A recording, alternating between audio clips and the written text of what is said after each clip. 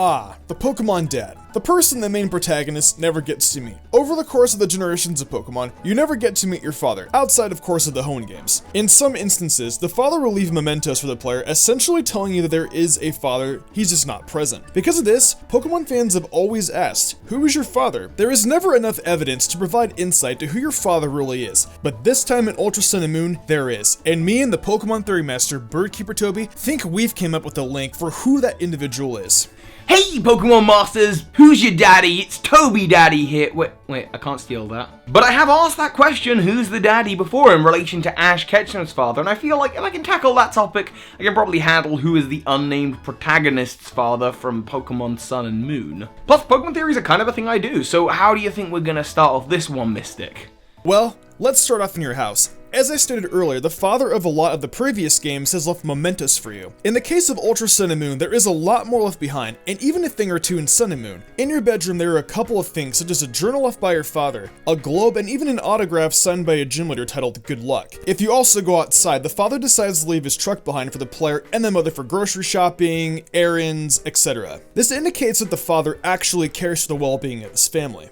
Now, to know who the father is, it might help to look at the mother, and while unnamed, we do know some stuff about her. For example, outside the house, she has her surfboard with an Alolan Raichu printed onto it. So, she's a surfer girl, she loves surfing. Alolan Raichu, that's the whole gimmick of it. And we also know that she has a Meowth, which she got in Kanto, which is where your father, who is presumably still in Kanto, is from. And that Meowth, by the way, has a little fun post-game event where a neighbor with an Alolan Meowth comes over and has a little interaction with your mum, and there's this whole cool little battle goes on. That between the Alolan Meowth and your mum's Meowth. And it turns out that she's actually kind of famous. She's known as the Cat Scratch Girl from Kanto. So clearly her and her Meowth back in the day were famous. She was renowned for being a Meowth user. So is there anyone in Kanto that could fit this role?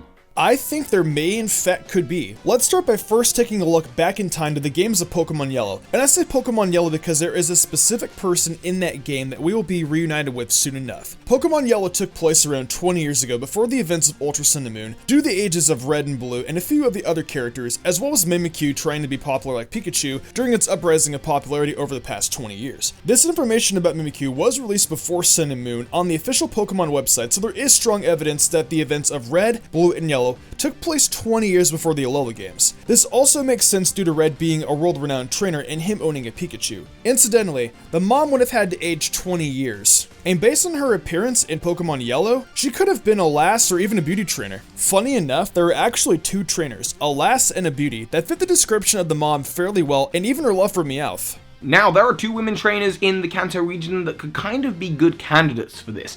One of them is on Route 8 to the left of Lavender Town, and this girl opens up her battle with her battle cry, which is Meowth, Meowth, Meowth! She, of course, is a Meowth user, a lass trainer who 20 years earlier to the events of Ultra Sun and Ultra Moon would kind of line up age-wise. And, of course, her love and admiration and obsession with Meowth, who starts off the battle by shouting the name, could kind of explain her renowned name then becoming the Cat Scratch Girl of Kanto. Alternatively, on Route 13, just outside of Fuchsia City, there is a girl who uses a Meowth and a Clefairy. And while she herself doesn't say a lot in relation to how she could end up being the mother in Sun and Moon, a lot of the other girl trainers on the routes talk about like gym leaders that they know. This very well could be the Fuchsia City gym leader, and given that your mother character in the game has a signed autograph from a gym leader, it's very possible that all of them knew a local gym leader. And okay, maybe that's a flimsy connection, but on Route 13, which is where this girl is, you can also find, it's the only place in the game you can find, Wild Farfetch'd. And what is in your house in Ultra Sun and Ultra Moon?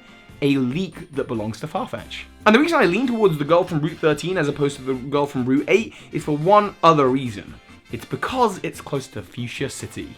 There's also the fact in Pokemon Yellow that they have a surfing Pikachu minigame. The surfboard has an Alolan Raichu on it.